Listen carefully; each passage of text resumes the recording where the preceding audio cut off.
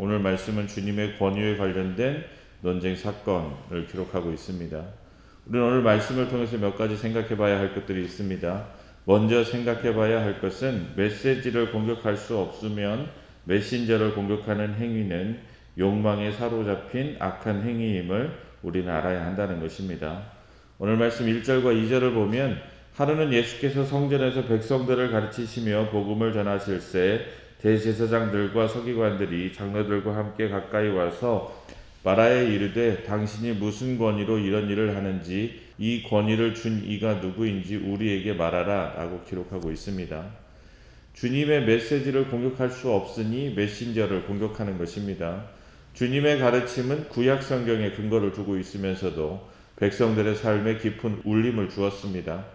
반면 유대 종교 지도자들의 메시지도 구약 성경에 근거를 두고 있었지만 그들의 가르침은 백성들의 삶을 올가매었습니다.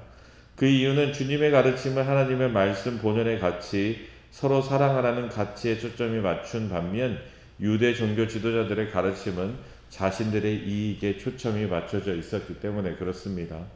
유대 종교 지도자들은 예수님과 말씀에 관한 논쟁에서 번번이 패했습니다. 그것도 반응할 수 없을 정도로 완패하였습니다. 물론 유대 종교 지도자들은 스스로 그렇게 생각하지 않았을 수 있습니다. 그런데 유대 종교자들과 주님의 대화를 본 그리고 주님의 가르침과 유대 종교자들의 가르침을 비교해 본 백성들은 주님의 가르침을 따를 수밖에 없었습니다. 그것은 당연한 것입니다. 왜냐하면 자신들을 착취하고 억압하기 위해서 말씀을 들이대는 자들의 메시지와 자신들을 사랑하고 섬기고 위로하는 메시지 중 무엇을 받아들이겠습니까? 그러니 민중들은 당연히 주님을 따랐던 것입니다. 그러자 더 이상 주님을 상대할 수 없자 이제 주님의 메시지가 아닌 메신저를 공격하고 있습니다. 무슨 권위로 이런 일을 하느냐? 이 권위를 준 자가 누구인가? 네가 이와 같은 일을 할 만한 권위를 가진 자인가? 라고 따지고 있는 것입니다. 메시지를 공격할 수 없으면 메신저를 공격하라 라는 전략은 논리적 본질을 회피하고 메신저의 인격, 배경, 과거, 행적 등을 문제로 공격하여 논의 자체를 무력화하는 전형적인 논리적 오류이자 정치적 프레임입니다. 상대방이 맞는 말을 해서 자신에게 불리하게 그의 메시지가 작용될 때 그 메시지를 무력화시키기 위한 정치 기술입니다. 이 기술은 공론장의 건강성을 해칩니다. 건전한 토론이 이루어지지 못하게 합니다. 본질을 왜곡시켜 어떤 의견의 타당성을 따지기보다 상대방의 도덕성이나 자격을 문제 삼아 본질을 흐트러뜨리는 전략입니다. 정치공학 측면에서 보면 이 기술은 저비용으로 고효율을 내는 생존 전략입니다. 자신에게 불리한 이슈가 터지거나 자신의 주장이 상대방의 주장보다 못할 때 국면을 전환하기 위해서 그 문제가 아닌 그 사람의 과거의 발언, 행적 등 다른 문제로 화제를 전환시켜 본질적인 문제를 생각하지 못하게 하는 것입니다. 심지어 주변 사람들까지 파헤쳐 국면 전환을 하는 강력한 무기가 됩니다. 문제는 이 기술은 지금의 승리에는 유용할지 모르지만 해결하는 무능한 기술이라는 것입니다.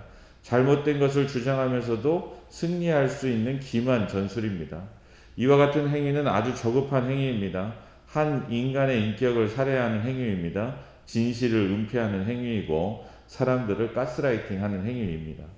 과거에도 그렇고 지금도 많이 사용되는 기술입니다. 이 사람이 어디에서 산다더라, 이 사람이 무슨 차를 탄다더라, 이 사람이 누구랑 다닌다더라, 이 사람이 어디 출신이라 등등 여전히 많이 사용되고 많은 사람들이 그와 같은 것들에 휘둘리는 것이 현실입니다. 그런데 이와 같은 문제는 정치 세계에만 있는 것이 아닙니다. 우리의 일상에서도 널리 퍼져 있습니다. 직장에서 부하 직원이 상사의 기획안에 대해서 논리적 허점을 지적할 때 상사가 너나 잘해라, 너가 경험이 없어서 그런다, 입사한 지 얼마나 됐다고 그와 같은 이야기를 하느냐, 네가 지방대 출신이라서 어쩔 수 없다 등등 자신의 허점에 대해서 타당한 이유를 설명하지 않고 상대방을 깎아내림으로 입을 다물게 하는 것입니다.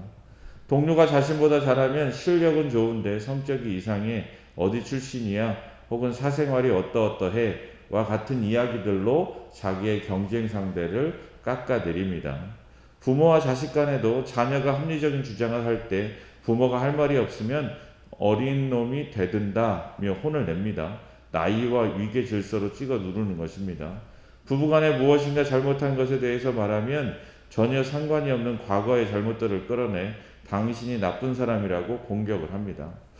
요즘 온라인 매체를 통해서 유행하는 것이 글이라는 단어입니다. 혹시 이 단어를 아셔요?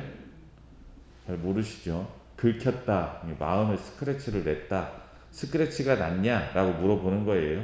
내가 하는 말이 전곡을 찔러서 네가 지금 자극을 받아서 평정심을 잃었느냐? 라고 상대방을 자극할 때 쓰는 말입니다. 상대방과의 대화에서 긁혔냐? 라는 말을 통해 메신저를 공격하는 것입니다.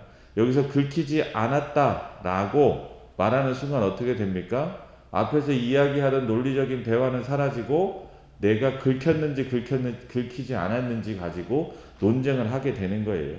마치 연인 사이에서 대화를 하다가 상대방이 정당한 요구를 했는데 그 요구에 대해서 너 화났어? 라고 말하면 어떻게 되죠? 그 다음부터 이 사람이 화가 났는지 화가 나지 않았는지에 대한 이야기만 하게 되는 것이죠. 논리적인 이야기를 나누는 것이 아니라 논점을 화가 났는지 안 났는지로 바꿈으로써 본질적인 문제를 회피하는 것입니다. 교회 안에서도 이와 같은 일이 벌어집니다. 직분으로 신앙의 성과로 기여도로 과거의 모습으로 건강한 의사소통을 차단합니다. 그러면 안 됩니다. 본질은 사라지고 감정 싸움만 남게 되기 때문에 그렇습니다.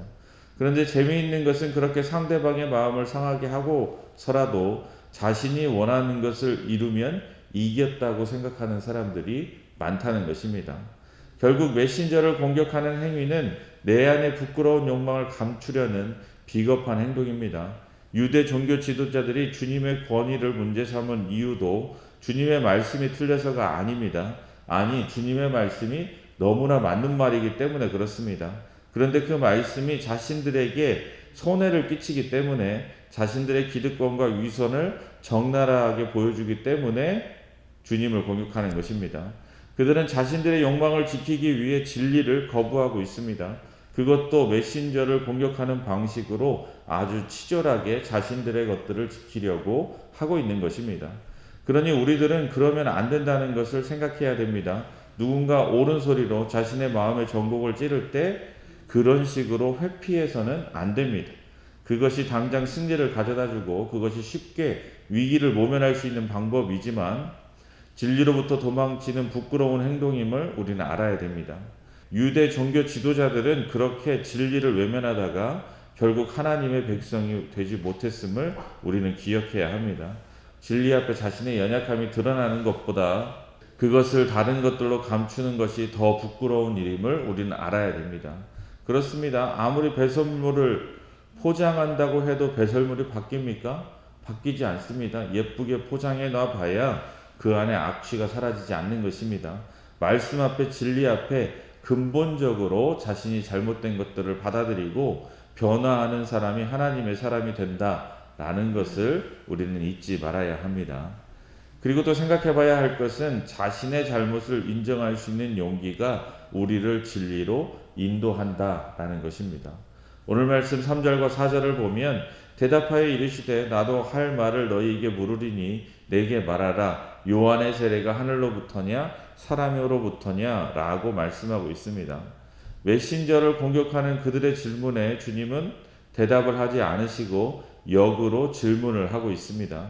그런데 복음서를 보면 주님께서 답을 하시는 대신 오히려 질문을 던지심으로 그들이 파놓은 함정을 피하고 새로운 사실들을 깨닫도록 하신 것이 참으로 많습니다. 유대 지도자들은 주님께서 어떤 권위로 이러한 일을 하는가를 질문해 왔습니다. 그런데 여기에는 치밀한 계략과 함정이 숨어 있습니다. 만일 주님께서 분명한 답을 못 하신다면 아무런 권위도 없는 자가 성전에서 말씀을 가르친다 라며 주님의 권위를 떨어뜨릴 수 있었을 것입니다. 반대로 하늘의 권세다 라고 하면 하늘에서 온 권위다 라고 하면 신성 모독죄로 주님을 정죄했을 것입니다. 이에 주님께서는 대답 대신 질문을 합니다. 요한의 세례가 하늘로부터냐 사람으로부터냐 라고 질문하고 있는 것입니다. 세례 요한은 주님을 내 뒤에 오시는 이로 선포하며 주님을 증언한 인물입니다. 만약 요한의 세례가 하늘로부터 말씀을 인정하면 그가 증언하는 예수님의 권위 역시 하늘로부터 온 것임을 자동으로 인정하는 것이 되는 것입니다. 유대 종교 지도자들은 곤란한 상황에 놓여 있습니다. 하늘로부터라고 하면 주님의 권위가 하늘로부터 왔다는 것을 인정하게 되는 것이고, 사람으로부터라고 하면 요한을 예언자로 추앙하던 민중들에게 요한의 권위를 인정하지 않으므로 돌을 맞을 위험에 놓여 있기 때문에 그렇습니다. 그래서 그들은 대답을 못합니다. 알지 못한다 라고 말을 흐립니다. 그들은 끝내 주님의 권위를 인정하지 못한 것입니다. 그들은 메신저를 공격하는 것도 실패했습니다. 당연히 주님의 가르침을 공격하지도 못했습니다. 이 대화를 통해 주님의 말씀도 주님의 권위도 하늘로부터 온 진리임이 드러난 것입니다. 그런데도 그들은 끝내 인정하지 않습니다. 그러니 그들은 진리로부터 멀어질 수밖에 없는 것입니다. 기독교 신앙의 시작이 무엇입니까? 자신의 죄를 인정하는 것으로부터 시작됩니다. 자신의 연약함을 고백하는 것으로 시작됩니다. 자신이 진리 가운데 있지 않음을 알게 되는 것으로부터 시작됩니다. 그렇기 때문에 자신의 한계와 잘못을 인정하는 가난한 마음이야말로 주님께 나아갈 수 있는 유일한 통로가 되는 것입니다. 그러니 자신의 잘못이 드러나는 것을 부끄러워하지 마시기 바랍니다. 오히려 완벽하다고 스스로 여기는 것이 더 부끄러운 일임을 알아야 합니다. 진리 가운데 자신의 잘못이 드러나는 것이 하나님께 가까이 나아가는 복된 길임을 우리는 알아야 한다는 것입니다. 진리 앞에 한없는 죄인임을 분명히 인식하고 진리를 받아들여 진정한 자유를 누리는 저와 여러분 될 수 있기를 주님의 이름으로 소망합니다.